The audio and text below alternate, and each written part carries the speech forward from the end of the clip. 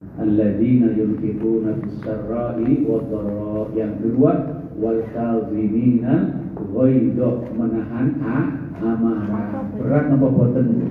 Menahan amarah itu? Berat. Karena beratnya itu maka pahalanya pun itu. Jadi ajaran Islam itu Bu, kalau pekerjaannya berat, amalnya berat, imbalannya pun juga demikian besar. Jadi logis. Sampean kerja di Hongkong, jam kerjanya banyak. Pekerjaannya berat. Berat apa betul pekerjaannya? Ada yang berat, ada yang tidak. Apa-apa, kalaupun berat apa-apa, tapi kan gajinya seimbang. Itu maksudnya. Setiap ajaran Islam itu begitu Bu. Semua yang dilakukan oleh kita itu sudah benar-benar diperhitungkan oleh Allah sesuai dengan kemampuan manusia. Tidak ada satupun ajaran Islam yang wajib dilakukan di luar kemampuan manusia. Makanya tadi imbalan-imbalannya pun besar. Puasa berat napa boten? Bagi sampean, bagi kita yang sudah terbiasa tidak berat. Tapi bagi yang baru, coba sekali-kali majikan sampean itu disuruh berpuasa, suruh berpuasa, terus nanti sampai umpamanya tidak usah digaji 1 bulan, bisa enggak? Sampai tidak bisa, iya, sampai yang tidak bisa nyuruhnya ya. Karena apa? Karena sampai tidak mau tidak digaji, ya. Berat itu Bu. Makanya di Al-Quran itu ya ayyuhalladzina amanu kutiba alaikumusiyam, yang diwajibkan untuk berpuasa itu hanya orang-orang yang beriman. Kenapa tidak semua diwajibkan puasa? Kenapa tidak semua manusia diwajibkan puasa? Karena tadi berat. Yang mau itu nahan lapar, ya toh, haus ketika orang-orang lain di luar enak-enak minum, apa itu? Teh dingin atau apa, kalau panas itu, kalau pagi minum teh hangat, itu siapa yang bisa begitu? Hanya orang-orang yang beriman. Laras Bu? Laras. Kita ya sudah biasa saja, karena alhamdulillah kita ini sejak lahir juga sudah di lingkungan orang-orang yang beriman. Nah, maka nikmat terbesar, ya Bu, kata para ulama itu apa? Iman.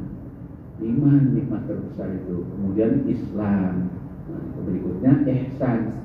Ihsan itu artinya apa? Berbuat baik. Dua nikmat iman Islam ini jangan sampai ya lepas dari kita.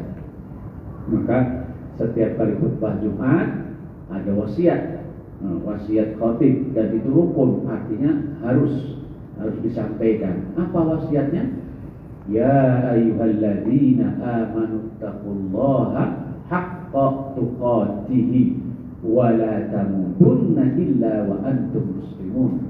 Orang-orang yang beriman, bertakwalah kepada Allah, dan jangan sekali-kali meninggal dunia mati tidak dalam keadaan iman ataupun Islam, gitu ya. Ustaz, emang ada yang mati dalam keadaan tidak Islam walaupun dia Muslim? Ada. Orang beriman, orang berislam, tapi matinya tidak dalam keadaan Muslim. Bagaimana?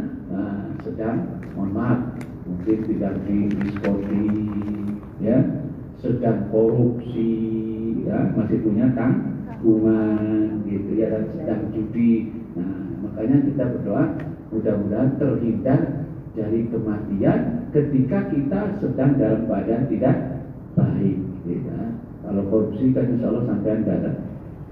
Anda ada? Ke diskotik kira-kira mungkin enggak? Enggak mungkin juga ya, mudah-mudahan ya, tapi barangkali itu naudzubillah gitu ya. Dalam keadaan tidak beriman.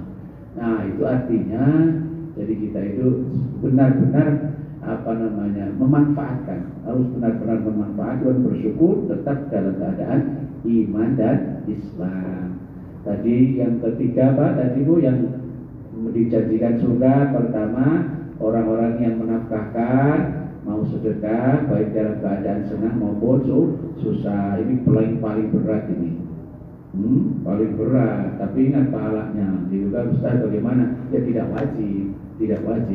Kalau kita sendiri susah, tidak punya kelebihan uang, tidak punya kelebihan harta, tidak perlu dipaksakan. Tapi kalau mampu masih mau gitu, ketika usahanya jaya sedekah, begitu usahanya bangkrut masih bisa bersedekah. Inilah yang termasuk yang dijanjikan surga oleh Allah. Berat napa boten Bu kalau sampai dalam keadaan failit tapi masih bersedekah? Berat kan? Nah, tapi ingat tadi imbalannya, ya imbalannya. Satu itu. Kedua apa? Menahan amarah. Yang kedua apa? Wal kaziminal ghaidha, menahan amarah. Berat apa boten? Berat. Berat sekali itu loh. Emosi itu kalau sudah malah katanya harus dilampiaskan, harus dikeluarkan. Nah, padahal tidak kalau dalam Islam. Kalau kita jengkel, marah, diupayakan apa? Diredam, ditahan. Kata Rasulullah, la taghdab. Gimana Ustaz caranya? Kalau marah, kalau misalkan marah, entah apapun penyebabnya ya. Mungkin ketika ngantri, tiba-tiba ada orang yang nyalip. Ngantri di pasar, tiba-tiba ada orang yang mendahului. Jengkel apa boten? Ya, jengkel apa boten? Ya, nggak apa-apa manusia. Justru kalau tidak jengkel bukan manusia. Jadi sampai wajar gitu loh. Kalau ngantri, tiba-tiba ada yang nyerondol gitu kan. Kalau di Indonesia itu kan seperti itu. Di sini alhamdulillah tertib kayak gitu ya. Kalau belanja atau ngantri di MTR kemana-mana itu. Nah, nahan amarah. Latah kok jangan marah. Gimana caranya? Kalau kita marah, wudu. Ambil air, wudu. Marah itu refleksi dorongan nafsu dari setan. Setan terbuat dari api. Nah, air wudu. Tenang insya Allah kalau dengan berwudu. Orang sering berwudu atau tidak lepas dari wudu, insya Allah sabar. Karena apa? Selalu adem, selalu dingin, ya kan? Tapi kalau yang sedikit-sedikit marah, ya, majikan sampai gimana? Sering marah? Mudah marah atau pada? Udah. Oh enggak pernah? Sibuk kerja sendiri. Oh, sibuk kerja sendiri, kira sering wudu. Saya tak sering marah di sini. Oh, sering marah. Berarti sampainya jarang wudu kalau gitu. Ya? Jangan dimarahi. Ya? Marahnya ya cuman ini aja Bapak kan nenek-nenek kan ngeyel gitu. Oh iya, karena gini, kalau sudah sepuh itu di dalam Al-Quran itu, di dalam Al-Quran loh. Jadi di Quran itu dikatakan orang yang tua itu akan kembali perilakunya seperti anak-anak. Qurannya ada di surat Yasin. Betul. Segalanya itu, pikirannya, ucapannya, itu perilakunya persis. Itulah dia di dalam Islam itu diajarkan ketika kita kecil dirawat oleh orang tua kita dengan penuh sabar. Ya, ketika orang tua kita kecil belajar ngomong, ya, belajar ngomong ataupun kurang jelas, orang tua kita marah tidak? Tidak. Ketika kita belajar ngomong, maksudnya mau ngambil burung, mau ngomong burung, tapi kedengarannya apa? Yuyung, ya? Atau gayung, gitu kan? Padahal maksud anak itu adalah burung. Pernahkah orang tua kita ngomong apa sih kamu? Tidak pernah. Ya kan? Tidak pernah membentak anak karena masalah itu. Kurang jelas, kurang dengar, ataupun jatuh karena belum bisa berjalan. Tapi dengan apa? Penuh kasih sayang, kasihan ya. Nah sekarang giliran kita yang merawat. Dulu kita dirawat oleh orang tua kita, sekarang giliran kita merawat orang tua kita. Bahkan banyak sekali hadis-hadis yang menjelaskan salah satu kunci sukses adalah berbakti, mengabdi dengan penuh kasih sayang kepada kedua orang tua. Gitu ya. Ini jadi ibu yang kebetulan merawat siapa? Nenek gitu ya. Walaupun itu bukan orang tua sendiri, walaupun itu bukan orang tua sendiri, tetapi itu adalah tetap orang tua dan mohon maaf manusia, meskipun berbeda agama. Apalagi sampeannya memang bekerja diupah. Jadi ya, dikasih saya sabar sih memang harus sabar. Tadi ngeyel ya, betul-betulnya yang mulai dibilangin jangan keluar malah. Malah kalau dilarang itu seperti anak-anak. Kalau dilarang itu malah melakukan. Anak-anak itu tabiatnya begitu. Ya. Terus apa dah? Ya, tabiat merawat orang tua. Nenek, iya. Ini sampai juga merawat nenek-nenek. Iya. Ini orang tua terus, Pak. Oh, selama di sini, masya Allah. Udah. Saya satu majikan. Sabar. Orang tua terus. Satu majikan 12 tahun. Orang itu. Berarti dari mulai rada muda terus sampai makin tua gitu. Atau dulunya sudah tua juga. Ya, udah 70 lebih dulu. Dulu waktu datang itu, berarti 80-an. Udah 85. Oh, masya Allah. Memang orang tua di orang-orang di sini banyak umur. Ya, nenekku 99, Pak. 99. Ya Allah. Nenekku juga 98. 99. Majikanku yang dulu 100. 104. Wah, Emang luar biasa ya. orang Cina. Kalau orang sini tuh mungkin dari bukan mungkin ya, secara ilmiahnya itu sehat, turunannya sehat, dulu kemudian orang tuanya itu sehat. Tapi kita kan orang tua kita kan gimana, susah dulu ya. Iya. Iya, ini generasinya yang begitu. Ini anak-anak, minum obat. Ya, Vitaminnya banyak. Obat atau minum vitamin kan karena punya uang. Kalau kita kan, Bulan itu Udah dibiarin. kenapa?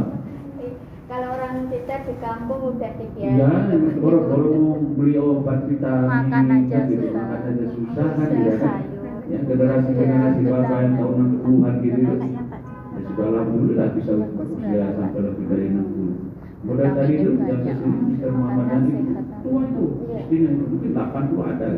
Dedikasi ini 80-an katanya. Bapak juga kaget, 80-an masih Nenek merinding. saya salah. Oh gitu? Tuh kan? Iya, luar biasa di sini. Terus kita nggak usah mengeluh. Kenapa tidak dilahirkan di Hong Kong? Nah, kenapa? Karena sesuatu yang tidak bisa kita tawar-tawar tuh, yang tidak bisa kita minta kepada Allah adalah satu, masalah meninggal dunia mau di mana. Yang kedua lahirnya, ya, jodohnya. Ini 3 hal itu tidak bisa ditawar-tawar. Hanya Allah yang tahu. Mau meninggal di mana, mau kapan, lahir di mana. Kalau tahu, kalau bisa diminta dengan doa, tolong ya Allah lahirkan aku di Mekah kan. Tapi kan tidak bisa, begitu ya. Jadi kita mensyukuri yang ada. Alhamdulillah, jadi orang Indonesia ada nilai tambahnya apa?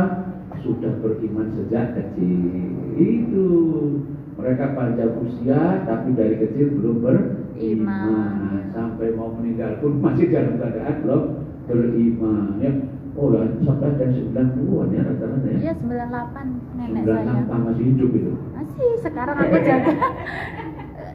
Tiap hari doanya itu panjang umur kan. Siapa ya?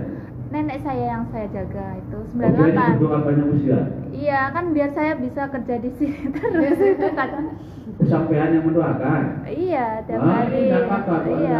bagus. Kalau Allah panjangkan usia Iya. saya majikan saya supaya aku bisa bekerja terus sama dia Iya. gitu. Tidak apa-apa, mendoakan kebaikan. Mendoakan Boleh. kebaikan. Ya, berbeda agama dengan orang berbeda agama asal mendoakan kebaikan boleh. Boleh. Sekalipun kepada sesama muslim tetapi mendoakan keburukan tidak boleh. begitu. Suami sampean hianat, doanya sampai kalau malaikat Israel cepetan aja itu kan, ambil aku perempuan dia. Boleh. Yang masih dalam satu rumah, ya, yang satu rumah tapi jengkel, sering terjadi tsunami, sering terjadi Tsunami rumah tangga. gempa bumi. Nanti kalau gempa buminya di malam Jumat, kalau ini mah gempa buminya pilih terbang. Akhirnya apa berdoa malaikat Israel cepetan aja matiin pateni. Gak boleh bu. Satu nggak boleh, dan walaupun sampean memaksa doa seperti itu tidak akan makbul. Malah stres. Nah, gara-gara apa stresnya? Gara-gara tidak dikabulkan doanya. Justru yang baik itu, ya Allah, ya, berilah hidayah, petunjuk kepada suamiku supaya lembut, ya, supaya jujur, supaya benar-benar di rumahnya itu amanah, dikirimi uang supaya dimanfaatkan untuk anak-anak ditabung buat rumah, bukan buat rumah untuk yang lain, ya. Ada apa boten yang kayak gitu? Ada. Banyak banyak kalau ditambahin yang di sini ada di situ banyak. Itu pernah sih viral memang Bu. Malah enggak satu lagi, 4 Pak. Apanya? Panikan. Simpanannya 4. Iya. Masya Allah. Itu yang viral sampai rumahnya dirobohkan, ada bulldozer tuh di mana? Ya. Oh banyak. Banyak daerah itu juga ada. Astagfirullah. Suamiku saja 5 kali nikah. Masya Allah, kuat. Benar. Saya yang pertama. Iya. 5 kali ya Allah. Iya, terakhir sama orang kemarin 9 September. Jadi Saya enggak. Udah. Saya pisah tahun 2011. itu di rumah aja, tapi itu persoalan nyata dan serius betul. Ya. Artinya serius itu Ya, begini. dia kan orang Arab. Satu, persoalan kehidupan sampean. Kaya atau ganteng. Kedua, itu masalah besar. Ya, masalah besar yang Indonesia kan. idealnya sebaiknya ada solusi. Supaya seluruh orang merajai. Ternyata memang begitu banyak ya. Bapak kan pernah yang viral itu tidak terlupa apa di Ponorogo apa di Jember gitu yang Jawa Timur banyak. pokoknya di kisah anunya nggak begitu jelas, lalu agak sama-sama cuma memahami bahwa istrinya kerja di sini, kemudian di suaminya itu mungkin menikah lagi atau apa, terus rumahnya itu malah dibunuh saking jekelnya, si istrinya itu saking jekelnya, jadi rumahnya malah diatur dengan Mending yang dulu ada di yang TKW dari Taiwan dulu itu ada. oh itu yang itu. Nah, Bapak nggak tahu dari mana tapi membaca Yang di ya. Hongkong juga kilas ada, saja. baru-baru aja. Belum lama ini rumahnya di Hongkong. Tapi ada juga yang Karena buat suaminya kerja di minta Korea. nena. Oh, ada sebaliknya malah. Iya. Oh iya yang malah yang bekerjanya suaminya. Iya. Oh kalau di sini kan banyaknya ibu-ibu ya. Iya. Ya artinya begini untuk ibu-ibu saja ya, karena ini Bapak menghadapi yang ada di sini untuk ibu-ibu yang ternyata persoalannya seperti itu besar. Upaya kita yang memang satu berdoa, kemudian yang kedua seringkali diingatkan, seringkali dipantau komunikasi, ya. Wah, Ustadz sering juga ya. Itu sih kalau sudah seperti itu mungkin memang apa namanya ya karakternya. Lagi ya dulu sampai bagaimana? Kan mentang-mentang ganteng. Oh, mentang-mentang ganteng waktu memilih waktu mau menikahnya itu. Ya, makanya kan di dalam hadis Rasulullah SAW disebut ada 4 syarat tuh. Kalau ya ma'syarus sabab man istata'a minkumul ba'a falyatazawwaj. Kalau sudah mampu menikah nikah. Tapi syaratnya 4, tazawwaju al-walud. Walud itu yang tidak mandul. Al-wadud kedua yang punya rasa kasih sayang. Limaliha wa jamaliha yang harta oke, jamal ganteng oke, nasab keturunannya baik gitu kan. Tapi yang kemudian yang keempat apa? Agamanya. Di bagian akhirnya itu utamakanlah agama. Jangan melihat fisik, jangan melihat harta, jangan melihat keturunan, utamakan agamanya, agama yang bersangkutan. Kalau fisik itu sementara, fisik itu perempuan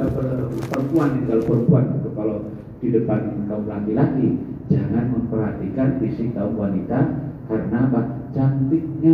Cantik itu sifatnya sementara, biologis, ya, maksimal 40. Kalau sudah di atas 40, mulai 41, 2, sampai 5, 50 malah itu harus sudah banyak ganti onderdin. Kalau sudah 50 ke atas bisa turun mesin. Ya, ini Mbak Tasem ini kan tahu tentang mobil ya. Tahu bedanya turun mesin dengan ganti spare part. Kalau spare part ganti ban saja, ganti oli saja. Ganti oli. Itu. Jadi sampean juga sama. Kalau mau membeli laki-laki jangan mengutamakan apa? Tampilan fisik. Udah 40, 50 udah mulai keriput. Nah, melihat orang Cina, iya orang Cina. 60 itu masih keras tangannya. Itu Bapak pernah ada yang nikah itu kan sama orang Indonesia. 60 tahun Cinanya itu masih gagah. Sama itu dengan Bapak, Masya Allah keras tangannya itu. Majikan saya 60 tahun masih pacaran. Oh, Masya Allah. Jadi nggak ada lansia atau lansianya mungkin 80 kali di sini. Kalau di kita kan 60 tuh masuk lansia. Bapak kan sudah termasuk lansia. Dapat diskon kereta, tiket yang lain itu 60 kalau di kita. Di sini juga pantesan. 60. Hah? Pak udah dapat gratisan kalau resiko 60. Hongkong iya. Oh, lansia itu. Tapi 60 usianya. 65. 60 dapat Iya, kalau lansia sih batas usianya sama lansia gitu kan, tapi tadi kekuatannya berbeda. Yang 60 Hongkong masih pantesan, orang-orang Indonesia masih mau sama Hongkong. Yang 60 itu karena begitu. Kayaknya nggak mungkin mau kalau yang sama orang Indonesia yang usianya 60. Harus nama benar. Ini ya sampai jadi masih mau sama orang Hongkong itu walaupun 60 karena begitu ya, keras tangannya gitu. Ya Allah, masih kemana ini? Jadi kita membahas apa ini Bu? Sedang membahas apa sebetulnya? 3 golongan yang dijanjikan Baru 3 surga. tadi, yang ketiganya apa? Belum. Yang ketiganya al-afina 'anil nas, memaafkan manusia. Ya. Wal-afina 'anil nas yang pertama itu alladzina yunfiquna fis sarai wad dharai wal kadhimina al-ghaidha wal 'afina 'anil nas. 3. Wal 'afina 'anil nas wallahu yuhibbul muhsinin. Jadi tadi ya, ini dengan ibu-ibu yang mungkin mohon maaf tadi suaminya ada yang sampai 5 kali kayak gitu, ya sudah maafkan saja. Dimaafkan, mudah-mudahan sampai akan memaafkan dosa ya, kalau dikatakan dosa suaminya sampai justru memperoleh imbalan surga gitu ya. Yang lain yang masih setia dengan suaminya mudah-mudahan tetap langgeng ya, punya keturunan, punya anak-anak yang soleh dan solehah sehingga nanti bisa bermanfaat kelak ketika kita udzur. Diharapkan mereka lah nanti yang bisa mengurus. Kalau anak-anaknya itu soleh, insya Allah akan mengurus kita, terutama dengan doa kalau sudah meninggal dunia. Itu andalannya kita itu. Hidup ini Bu, bolehlah bercita-cita tinggi, bolehlah memiliki kemauan yang banyak, mau itu ini, mau sawah, mau mobil, mau rumah banyak.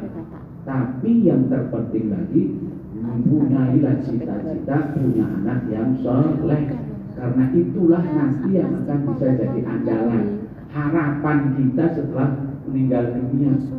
Harta, tetangga, suami, orang tua, anak, istri, atau ya di sini kan apa namanya ibu, suami, jangan terlalu banyak berharap sama suami. Ya, jangan terlalu banyak berharap suami. Ini mama tadi ada yang sudah mengatakan masih hidup saja dia sudah nikah lagi. Nah, apalagi kalau sudah meninggal dunia. Makanya rawat anak-anak, didik anak-anak dengan baik. Insya Allah nanti akan selalu mengirimkan surat Yasin ataupun Al-Fatihah setiap malam Jumat. Itulah nanti yang akan menerangi kita di alam kubur. Makanya sering-sering baca doa Rabbi habli minas shalihin. Nah, ya Allah, berilah aku keturunan yang saleh. Meskipun sudah anaknya lahir, sudah besar, tetap doa itu. Nah, kenapa Bu? Kenapa Ustaz? Karena dulu mungkin belum saleh, maka kita terus-terusan. Anak Bapak sekarang sudah sudah berumah tangga, punya cucu, tetap doanya, ya supaya tetap apa? Saleh. Begitu. Apalagi kalau yang belum. Jadi doa Rabbi habli minas shalihin itu sepanjang ayat. Ini doanya Nabi Ibrahim. Rabbi habli minas shalihin. Rabbi habli dzurriyyatan thayyibah. Ya Allah, berilah aku keturunan yang baik. Itu doanya siapa? Doanya Nabi Zakaria. Itu doa para nabi. Dzurriyyah itu keturunan. Bahwa keturunan pun sampai anak cucu. bukan anak kita saja, tetapi anak cucu. Tambah lagi, Rabbi ja'alni muqimas sholati wa min dzurriyyati Rabbana wa taqabbal du'a. Jadikanlah aku mendirikan sholat, begitu pula dengan keturunan. Doa itu luar biasa itu. Doa-doa itu simple, sederhana, tetapi isinya mencakup segala hal. Anak yang baik, keturunan yang baik itu baik akhlaknya, baik imannya, baik rezekinya, baik kesehatannya, begitu. Kemudian anak yang sehat, anak-anak yang cerdas, ya. Cukup dengan doa apa tadi? Rabbi habli dzurriyyatan thayyibah. Dzurriyyah artinya keturunan. Nah, nanti kita akan membahas tentang doa-doa terutama dari para nabi dan hadis-hadis Rasulullah Shallallahu Alaihi Wasallam. Nah, Ibu sekalian, jadi kembali lagi menyimpulkan, kalaulah kita pernah jengkel kepada orang lain, maafkan. Terlebih lagi kepada kakak, adik, suami, sekalipun tadi berat memaafkannya, kalaupun tidak berlanjut, nah, tetapi maafkanlah. Ibu. Salatullah salamullah ala toha Rasulillah. Salatullah salamullah ala yasin habibillah. Ala yasin habibillah. Tawassalna bismillah wa bil hadi Rasulillah wa kulli mujahidin lillah bi alil badri ya Allah, bi alil badri ya Allah. Alhamdulillah, kita akan segera menyelesaikan ibadah puasa Ramadan tahun ini. Leres apa baca dulu? Berapa hari lagi? 5 hari. Menghitung hari, tinggal menghitung hari. Hari ini Rabu, besok Kamis, Jumat, Sabtu, Minggu. Senin insyaallah sampai Lebaran. Ya. Sudah mempersiapkan apa, Bu? Lebaran ini sudah mempersiapkan apa? Sudah mempersiapkan pakaian? Enggak. Oh. Di sini tidak ada kebiasaan mempersiapkan beli baju baru gitu kan? Tidak. Karena uang. Dari Haloko Bapak kita seragam gitu, hitam merah, maron gitu. Seragam. Iya. Berarti beli dong kalau seragam. Modelnya beda-beda nggak apa-apa. Enggak putih, enggak merah itu udah ada. Sudah ada. Iya. Oh, pakai yang Tahun kemarin kan masih ada jarang dipakai. Jadi oh iya, baru dikeluarkan dari lemarinya. Iya. Baru juga yang penting Pak. Baru. Kalau di kita kan barunya baru apa? Baru dibeli dari pasar, dari toko. Pakaian baru itu tradisi, gitu. Tapi kata Rasulullah Shallallahu Alaihi Wasallam, laisal aidu, laisal aidu liman labisal jadid. Hari raya itu bukan bagi mereka yang pakai pakaian baru, walakin liman kana ta'atuhu tazidu. Maksud hari raya itu artinya supaya ketaatan kita, kesolehan kita semakin meningkat. Baru akhlaknya baru yang baik tentunya gitu ya. Yang tadinya jarang baca Quran, nanti di bulan Syawal semangatnya baru ya, keinginannya baru, tapi jangan punya suami baru. Kalau belum punya ya nggak apa-apa. Kalau belum punya, ya. Kalau yang sudah punya mentang-mentang tidak pakai baju baru, mau pakai suami baru. Gitu ya. Jadi liman kanat ta'atuhu tazidu, bagi yang mereka ketaatannya bertambah atau meningkat. Ala kulli hal 5 hari atau 4 hari lagi sampean mempersiapkan ataupun tidak mempersiapkan, tetapi Rasulullah Shallallahu Alaihi Wasallam mengingatkan bahwa menjelang Lebaran, Apa yang dipersiapkan oleh Rasulullah? Apa yang dipersiapkan oleh Rasulullah bukan hanya 5 hari sebelum Lebaran, H-5 bukan. Tapi Rasulullah itu menyiapkan diri H-10. H-10. Kalau di kita itu kan ada H-9 di sekarang kalau nggak mudik ya, H-1 sekian gitu kan. Ini di Indonesia itu sudah ramai luar biasa mudik. Ini H-5, H-4 itu jalan itu padat luar biasa. Makanan pokok naik semua Pak. Adik saya aja udah mudik. Udah mudik, ada yang naik motor ya. Saking karena apa? Bisa penuh, kendaraan penuh, naik motor berjuang. Dan ternyata mudik itu artinya apa Bu? Pulang kampung ya. Mudik, pulang kampung, kembali ke asal. Ternyata itu adalah naluri manusia, fitrah manusia. Fitrah itu artinya bawaan dasar. Jadi semua manusia, setiap orang itu pasti memiliki rasa kangen, rasa ingin kembali ke asalnya. Jangankan yang sedang merantau di suatu negara, merantau di suatu daerah, merantau di suatu negara dari Bojonegoro ke Jakarta, kangen untuk mudik pulang kembali ke kampungnya itu ada. Karena itu apa tadi? Fitrah, bawaan manusia. Begitu pula ketika manusia hidup di alam dunia itu pun juga merantau. Karena kehidupan sesungguhnya adalah di akhirat. Itu suatu saat akan ada rasa rindu kembali kepada Allah Subhanahu wa Ta'ala. Jadi mudik itu ada 2 makna sesungguhnya. Yang pertama, mudik secara fisik pulang kampung ke tempat kelahirannya. Yang kedua, mudik kembali ke asalnya alias inna lillahi wa inna ilaihi raji'un. Itu fitrah manusia, bawaan. Semua orang rindu seperti itu. Cuma sekarang ini model sampean kita ini masih mudik yang pertama, rindu pulang, belum rindu kembali kepada. Laras napa boten?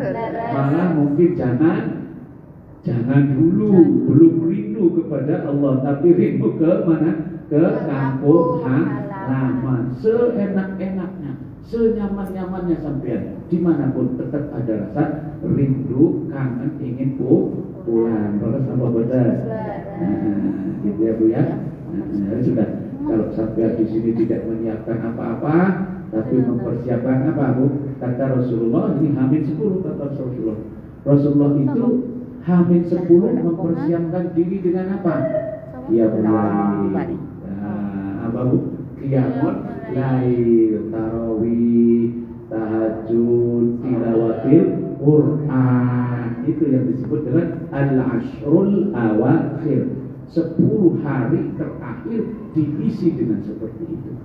Nah, tidak pernah Rasulullah mempersiapkan baju baru, pakaian baru, rumahnya dicat. Kalau di kita ini kan ada tradisi juga tuh, sampai rumah-rumahnya dibersihkan ya boleh.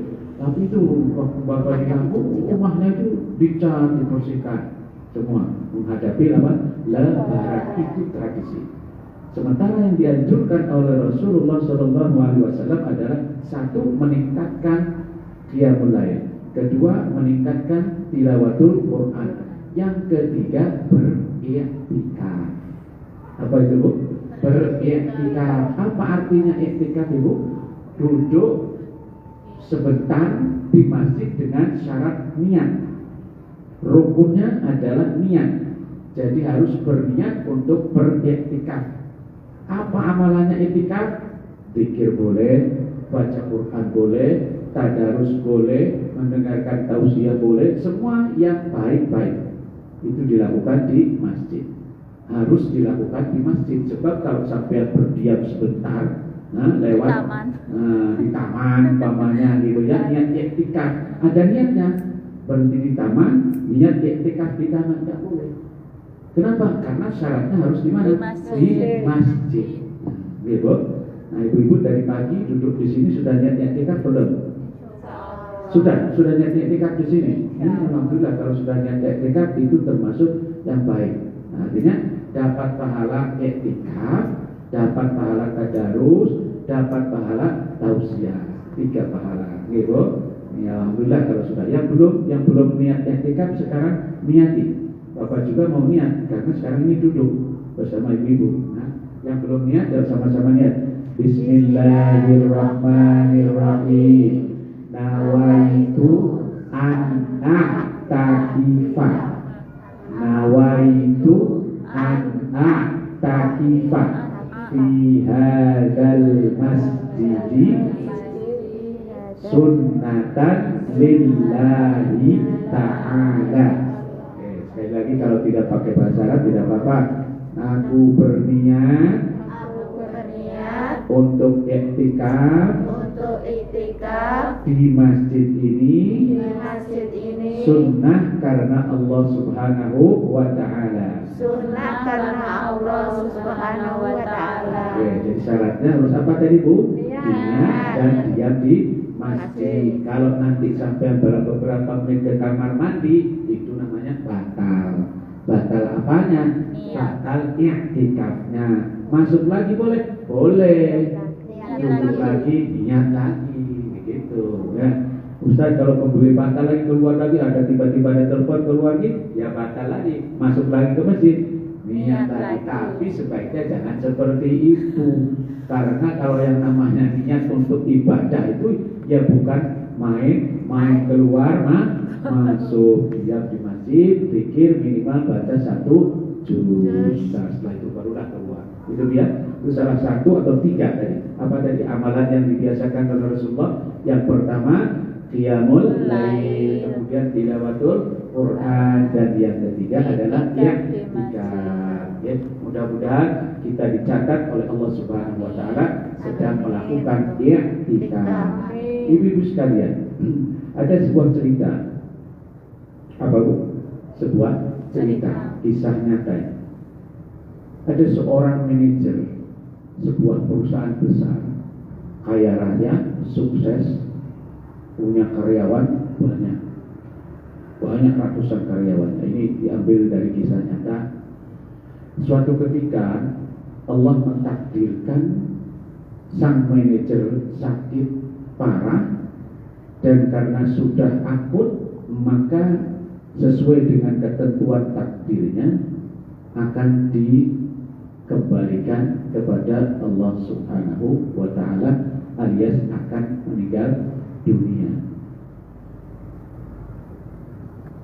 Di tengah-tengah pergulatan, di tengah-tengah perjuangan ya, di alam arwah, ya, di alam arwah itu, sampai sudah pernah melihat orang sakaratul maut belum?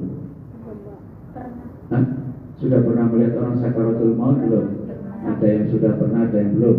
Nanti kalau yang belum pernah sesekali melihat, mengamati supaya tahu bagaimana kondisi orang ketika menghadapi sakaratul maut.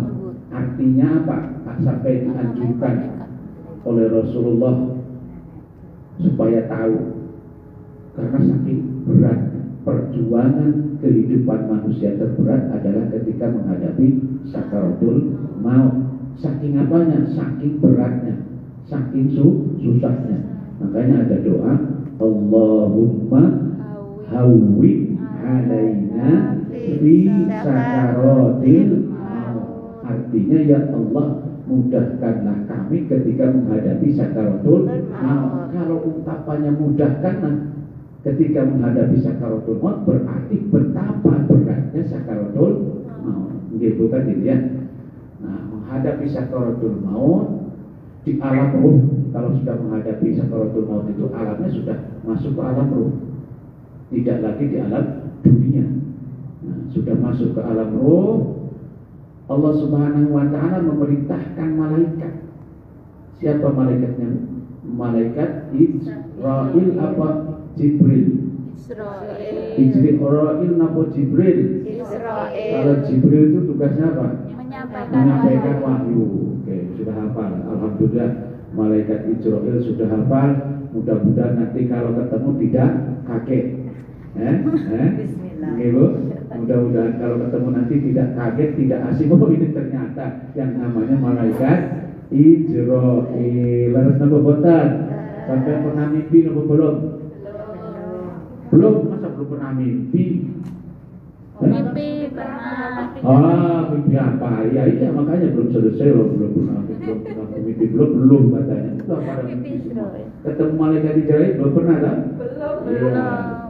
Ketika Allah Subhanahu wa taala memerintahkan malaikat Israil, wahai Israil, ini sudah waktunya manajer tadi itu, sebut saja manajer A, harus kembali kepadaku. Semua malaikat tidak ada yang membangkang atas setiap perintah Allah Subhanahu wa taala, maka malaikat Israil pun akan segera melaksanakan tugas. Datanglah ke rumah manajer A, diberitahukan, wahai A, aku sudah diutus oleh Tuhanmu untuk kembali kepada Tuhanmu, karena Tuhanmu sudah sangat merindukanmu. Alhamdulillah dirindukan oleh Allah Subhanahu wa taala. Diberikan kesempatan kepada engkau, kalau engkau bisa memperoleh 40 orang yang mendoakanmu dalam kondisi seperti ini, maka hari ini engkau tidak ambil dan engkau tidak dikembalikan kepada Tuhan. Lalu jawabnya apa? Ini sudah berada di alam roh semuanya. Kalau sudah berada di alam roh itu, roh manusia bisa sudah mulai melihat. Tidak lagi melihat dunia, tetapi yang dilihat adalah sudah alam akhirat. Makanya kalau tadi ditanyakan, pernahkah melihat orang sakaratul maut ketika dia melirik matanya ke kanan, kemudian ke kiri, itu masih matanya masih budak-budak ini. Padahal semuanya. Saya dulu, Bapak. Saya yang di sampingnya terus itu selalu. Bagaimana itu coba? Kadang dia Matanya itu kan hanya iya. bulat kalau kanan Terus kiri kadang kanan kepengen saja. memejamkan mata gitu, kayak ada yang itu terus. Oke, Iya, terus saya tanyain sampai kenapa. nanya. Saya nanyain majikan. Masih saat ngomong dianya masih bisa menjawab. Iya, tapi kadang dia kayak orang udah separuh, udah nggak sadar. Sadar, iya. Nah, ini. Majikan saya. Dan terus apalagi yang kesan ataupun yang sampean lihat Katanya suaminya kan udah meninggal.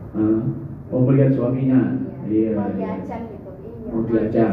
Iya. Malah 7 harinya itu, pas 7 harinya saya diimpin didatangin kayak nyata kayak enggak, katanya teman mau datang. Iya. Saya Teman yang sudah meninggal. belum. Belum. Mungkin bosnya saya itu sudah meninggal, malah saya ketok-ketok itu pintu majikan, itu temannya datang suruh masuk, tapi saya lihat itu udah nggak ada nggak ngelihat majikan saya, Bapak, saya nggak ngelihat. Terus saya bukain pintu masuk ke kamar majikan, itu terang sekali rumah, dari penglihatan kayak mimpi saya itu majikan itu kamarnya terang sekali itu. Terus saya mereka itu mau pada keluar katanya, terus saya ikut gak usah kamu nungguin rumah saya gitu, kamu nggak boleh ikut saya, itu majikan udah meninggal. Kalau saya ikut mungkin saya ngikut majikan juga. Saya ikut nggak usah kamu nungguin, pokoknya kamu di rumah nungguin rumah saya itu, nggak boleh ikut saya, kamu tetap di dalam. Ya itu tafsir mimpi yang seperti itu yang banyak beda. Kalau kita ketemu orang yang meninggal dunia, diajak-ajak terus mau gitu kan, ikut meninggal dunia juga. Betul kan? Ya, itu hanya tafsir kan, tetap ya, rahasianya tetap Allah yang tahu, tidak ada yang tahu lah. Nah, ya. Kalau pernah ketemu, seringkali kalau ketemu yang sudah meninggal dunia, berbicaranya itu hanya satu arah. Jadi dia berbicara, kita tidak. Kalau kita tidak, dia berbicara begitu ya. Katanya seperti itu. Tapi wallahu alam, semua tafsir mimpi itu tidak ada yang punya ilmunya kecuali siapa, Bu? Nabi Yusuf. Nah, yang diajari tentang tafsir mimpi itu siapa? Nabi Yusuf alaihi salam. Gitu. Mbak membaca tak bukunya kisahnya tentang Nabi Yusuf? Ya kan?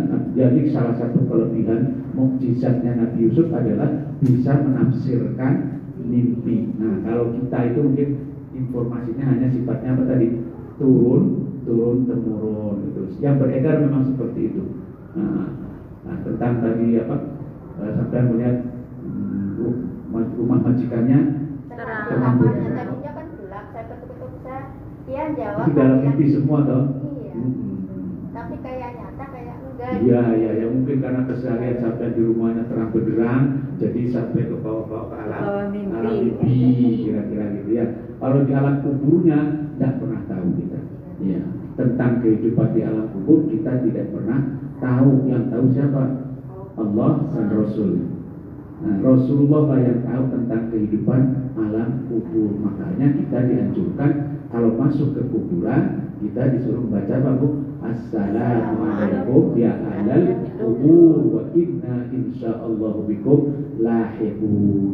Kenapa asal usulnya itu hadis itu? Karena Rasulullah ketika berjalan melewati kuburan bersama sahabat Ali radhiyallahu anhu, Rasulullah mengucapkan salam. Kalau Rasulullah kan sudah tahu duluan, mendengar, tahu, melihat apa yang terjadi, apa yang dialami oleh mereka yang di alam kubur, maka mengucapkan salam, kedamaian, semoga semuanya kalian baik-baik saja.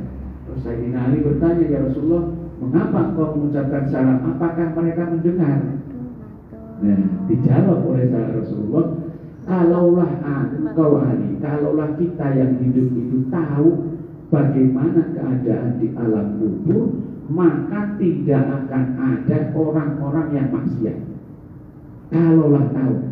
Tetapi karena tidak tahu bagaimana keadaan nanti di alam kubur, bagaimana siksaan di alam kubur, sehingga ketika hidup di dunia ya mungkin banyak yang tenang-tenang saja. Toh alam kubur adalah nanti.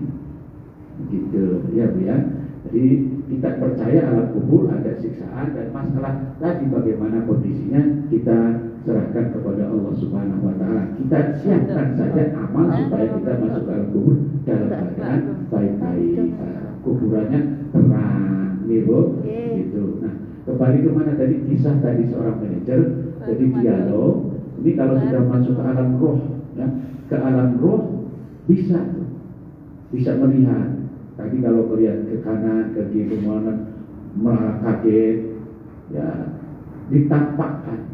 Saat itu tuh sudah mulai ditampakkan. Kalau ke kanan surga yang nampak, kalau matanya berkilir ke kiri, yang ditampakkan adalah neraka. Makanya terkadang ada yang kelihatan seperti yang menangis atau yang kaget gitu. Memang sudah mulai ditampakkan. Mau kemana gitu jalannya itu. Nah, sehingga kita yang masih ada, yang masih hidup itu perlu membimbing, mendampingi. Jangan sampai orang sedang sakaratul maut, sedang susah-susah, ditinggalkan apalagi kalau sampai nanti pas dicabut nyawanya tidak dalam keadaan beriman. Makanya harus dibimbing dengan apa? Tahlilnya la ilaha illallah. Coba perhatikan dulu, sesak napasnya luar biasa. Saking apa? Susahnya antara mau dicabut dengan tidak. Nah, kisah ini tadi, ketika dalam keadaan seperti itu, diberikan kesempatan untuk mencari 40 doa yang bisa mendoakanmu, dan kalau kau dapat memperoleh 40 orang untuk mendoakanmu, maka takdirmu ditangguhkan, alias tidak diambil nyawanya pada hari itu. Karena sang manajer ketika hidup di alam dunianya merasa punya banyak karyawan, punya banyak anak buah, kalau disuruh mencari 40 orang untuk mendoakan bukan hal yang susah. Karena banyak, sudah tenang saja. Ini berbicara di alam mana? Di alam roh. Siapa yang berbicara? Manajer dengan malaikat. Besoknya malaikat kembali datang menanyakan apakah engkau sudah dapat. Ternyata belum dapat 40 Pak. Ketika belum dapat, kaget tentunya. Dia merasa kelabakan. Ini hampir habis waktunya. Dari situ kemudian masih minta nawar. diberi kesempatan untuk mencari, dikurangi kurang dari 40, diberikan kesempatan lagi oleh malaikat. Setelah diberikan kesempatan yang kedua, ternyata yang kelihatan oleh malaikat dan kelihatan oleh sang manajer itu yang mendoakan hanya 3. Siapa yang 3 itu? 1 istrinya, 2 anaknya. Berarti masih kurang, ya, kurang dari 40. Malaikat menyampaikan kepada manajer, wahai manajer, engkau baru mendapatkan 3 orang yang mendoakan sampai saat ini adalah istrimu dan kedua anakmu. Mudah-mudahan nanti kalau sampean menghadapi sakaratul maut, suamimu ada di sampingnya dan mendoakannya. Nah, kalau sudah tidak ada suaminya, ya anaknya, ya Bu, anaknya itulah yang bisa diharapkan. Tinggal masih 3. Ketika mendengar hanya 3, subhanallah semakin kelabakan, semakin bersedih karena sudah mulai ditampakkan yang ke bagian kiri, yaitu neraka. Ketika di alam dunianya dia sering korupsi, ketika di alam dunianya kurang zakat padahal kaya raya.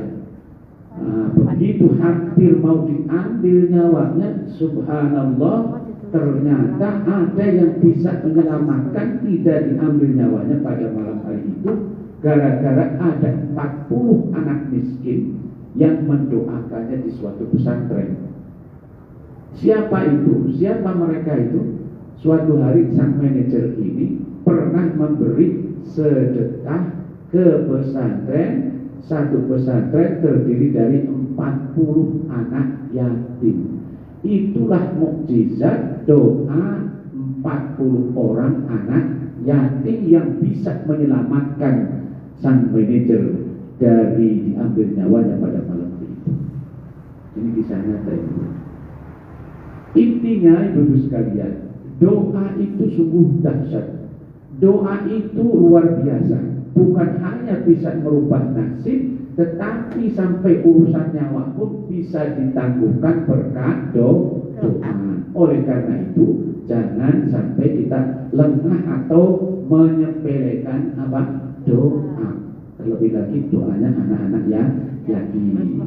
Ya, mumpung masih punya kesempatan, santuni, berikan santunan kepada fakir, miskin, terutama anak-anak yatim. Satu. Lalu yang kedua, kita jangan sampai tidak berdoa. Ya, tadi sudah ada beberapa doa yang Bapak sampaikan. Robbi habli minas sholihin. Kemudian apa lagi?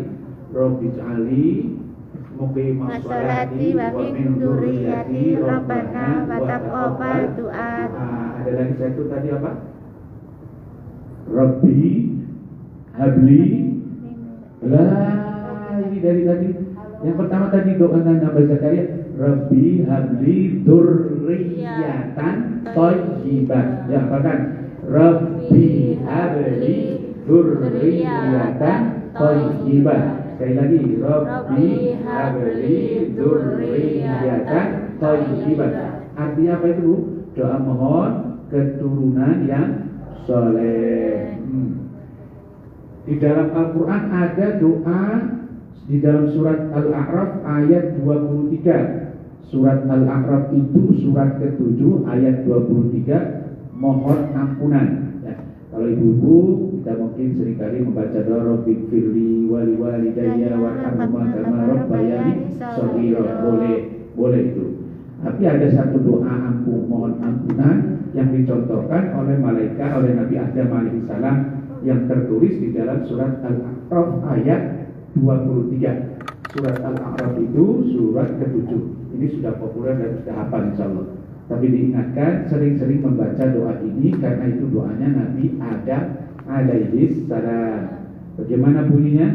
Rabbana zolamna anfusana wa illam taghfir lana wa tarhamna lanakunanna minal khasirin. Baca doa ini. Salah satu amalan yang dianjurkan pada sujud terakhir, sujud terakhir baik sholat fardu maupun sholat sunnah, kata Rasulullah SAW adalah membaca doa mohon ampunan. Sebab apa? Doa yang terbaik kata Rasulullah adalah mohon ampun, sehat, dan mohon disayang oleh Allah Subhanahu wa Ta'ala. Itu 3 hal. Jangan tidak lupa memohon doa, memohon kepada Allah dalam doanya 3 hal. Yang pertama mohon ampun, kemudian yang kedua mohon kasih sayang, dan yang ketiga mohon sehat. Allahumma gfirli warhamni wa'afini. Itu doa. Isinya apa? Artinya apa? Allahumma gfirli, ya Allah ampuni dosaku. Warhamni, sayangi. Wa'afini, sehatkan. 3 nikmat ini luar biasa. Kalau kita memperoleh 3 nikmat, 1 ampunan dosa, yang kedua dikasih sayangi oleh Allah, dicintai oleh Allah, lalu yang ketiga diberi kesehatan. Nikmat apa betul Bu? Nikmat terbesar itu 3 itu. Sampai kalau sehat luar segalanya bisa. Lalu apa betul? Dicintai Allah segalanya mudah. Dicintai Allah segalanya dipermudah, segalanya bisa tercapai karena dicintai oleh Allah.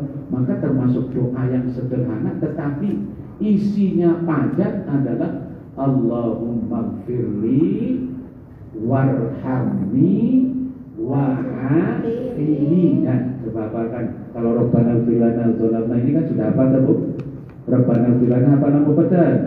Apa? Sekarang yang Allahumma gfirli warhamni wa'afini. Coba Allahumma gfirli warhamni wa'afini. Tidak perlu menghafal doa-doa panjang susah. Pendek tapi isinya padat.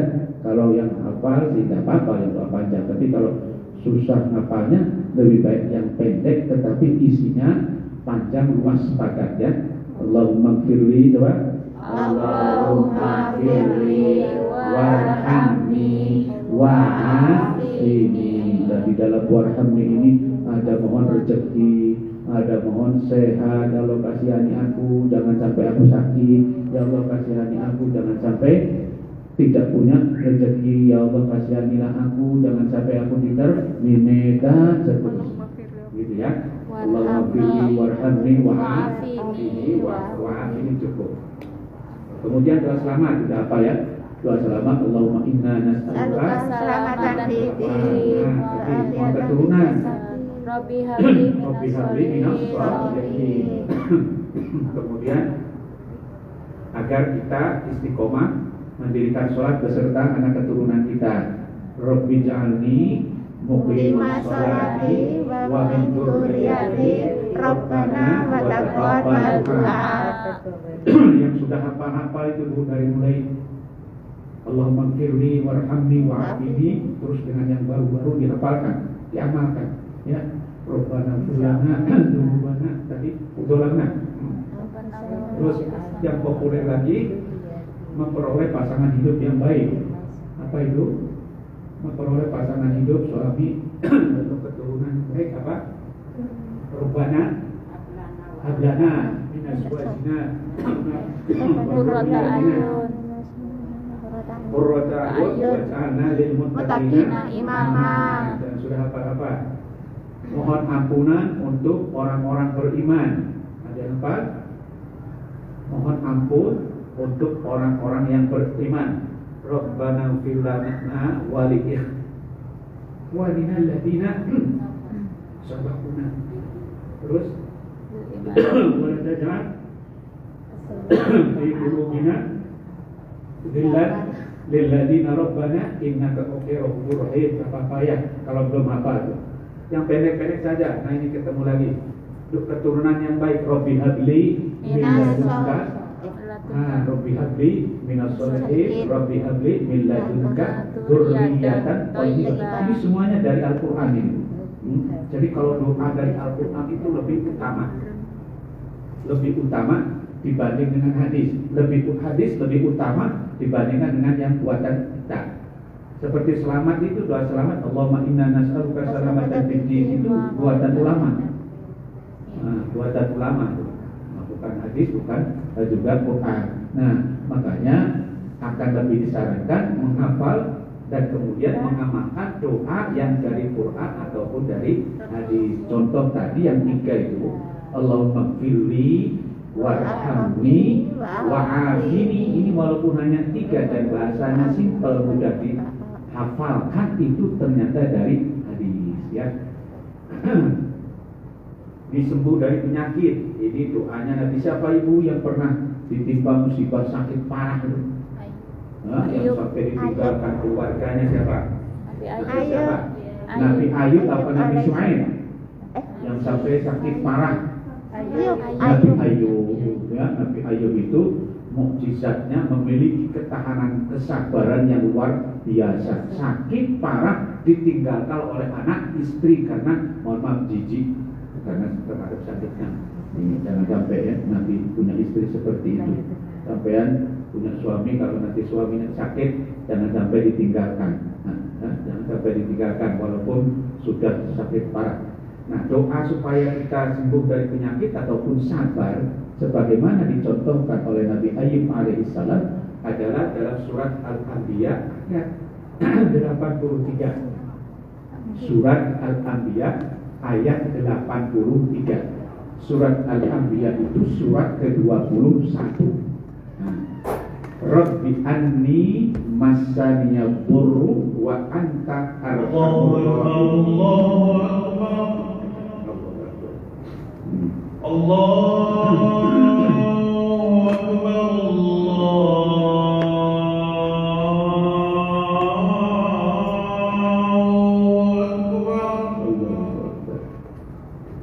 Sambil melihat surat Al-Anbiya surat 21.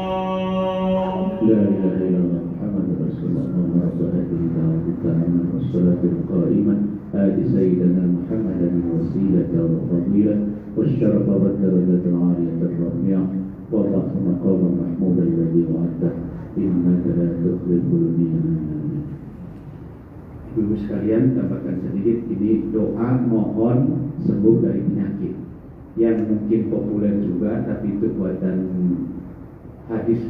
Dan Allahumma anta rabban nasi adhibil ba'sa. Lebih repot kan? Allahumma anta syafi la shifaa illa shifauka shifaan la yughadiru saqama. Ya boleh juga. Ini yang tadi lebih sederhana kalau menurut Bapak. Rabbi surat Al-Anbiya surat ke-21 ayat 83. Rabbi anni massaniya dhurru wa anta arhamur rahimin. Itu redaksinya kalau menurut Bapak sih lebih mudah untuk dihafal dari ukuran panjangnya saja. Cuma berapa kata. Jadi ini lebih baik dihafalkan, menghafalkan yang lain yang lebih susah, lebih baik ini. Dan ketika kita sakit, sebelum sakit itu kita sudah tahu doanya. Jangan sampai ketika sakit Ustaz minta doa supaya sembuh. Justru harus tahu dulu doanya sebelum sakit. Ini diamalkan. Nah, tadi sebelum sakit kita minta kepada Allah supaya apa? Sehat. Ya, jangan sampai sudah terjadi sakit baru minta doa. Nah, makanya supaya sebelum sakit kita doa minta sehat ya. Sebelum sakit kita doa minta sehat. Yang mana tadi? Allahumma firli warhamni wa'afini. Nah, itu yang paling sederhana. Kalau sudah sakit baca mana? Ini Rabbi anni massaniyad durru wa anta arhamur rahimin. Dicatat saja surat Al-Anbiya, surat Al-Anbiya, surat ke-21 surat Al-Anbiya itu ayat ke-83. Ini doanya Nabi Ayub. Jangan ragu kalau doanya dengan Nabi, sudah terbukti gitu ya. Doa Nabi Yunus apa? La ilaha illa anta subhanaka inni kuntu minadh dhalimin. Itu kan doa yang dahsyat. Kesulitan, ketika menghadapi kesulitan, Nabi Yunus menghadapi kesulitan kegelapan di dalam lautan, di dalam perut ikan, di gelapnya malam. Tiga kesulitan yang tidak bisa mungkin terselesaikan oleh manusia, tapi dengan doa itu. Jadi pesan di dalam La ilaha illa anta subhanaka inni kuntu minadh dhalimin itu merupakan doa yang bisa diamalkan ketika kita menghadapi berbagai macam kesulitan. Maknanya seperti itu. Doanya kan sederhana, tapi faedahnya luar biasa. Gitu. Nah, yang sudah hafal-hafal terus dilanjutkan seperti Rabbana Zalamna anfusana wa illam taghfir lana dan lain sebagainya. Doa Nabi la ilaha illa anta subhanaka inni kuntu minadh dhalimin.